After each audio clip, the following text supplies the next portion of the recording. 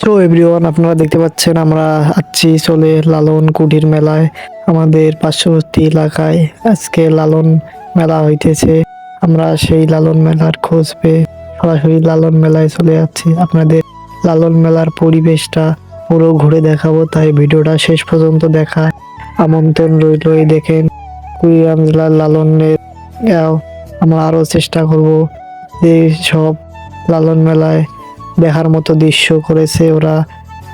আপনারা দেখবেন, আমরা ঘুরে দেখার চেষ্টা করি। দেখো একটারা একটা কিভাবে সাজাইছে লালন কুটির আকড়া ঘরের।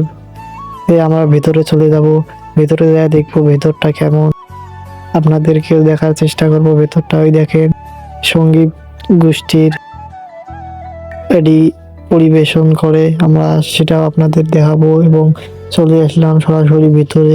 ভিতরে এসে দেখতে পেলাম সময় টিভির লোক লালন সঙ্গীতদের কাছ থেকে সাক্ষাৎকার নিতেছে। আমরা ভেতরে এসে দেখলাম ওই দেখো সাক্ষাৎকার দিতেছে এক লালন ভক্ত। আমরা এবার চলে যাব বাইরে। বাইরে যেয়ে দেখাবো আপনাদের বাইরের দৃশ্যগুলো।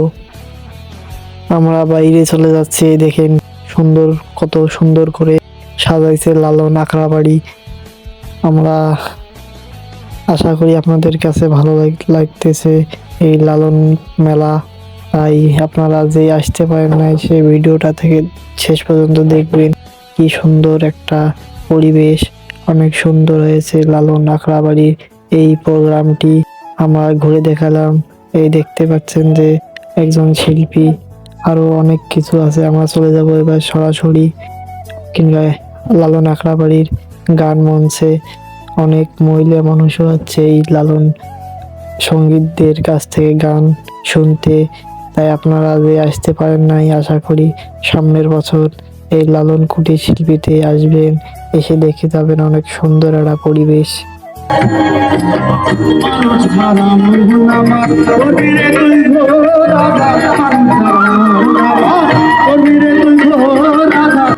অনেক সুন্দরভাবে গান হচ্ছে, আমরাও গান টান শুনে বাড়ি চলে আসছি শেষ পর্যন্ত দেখে।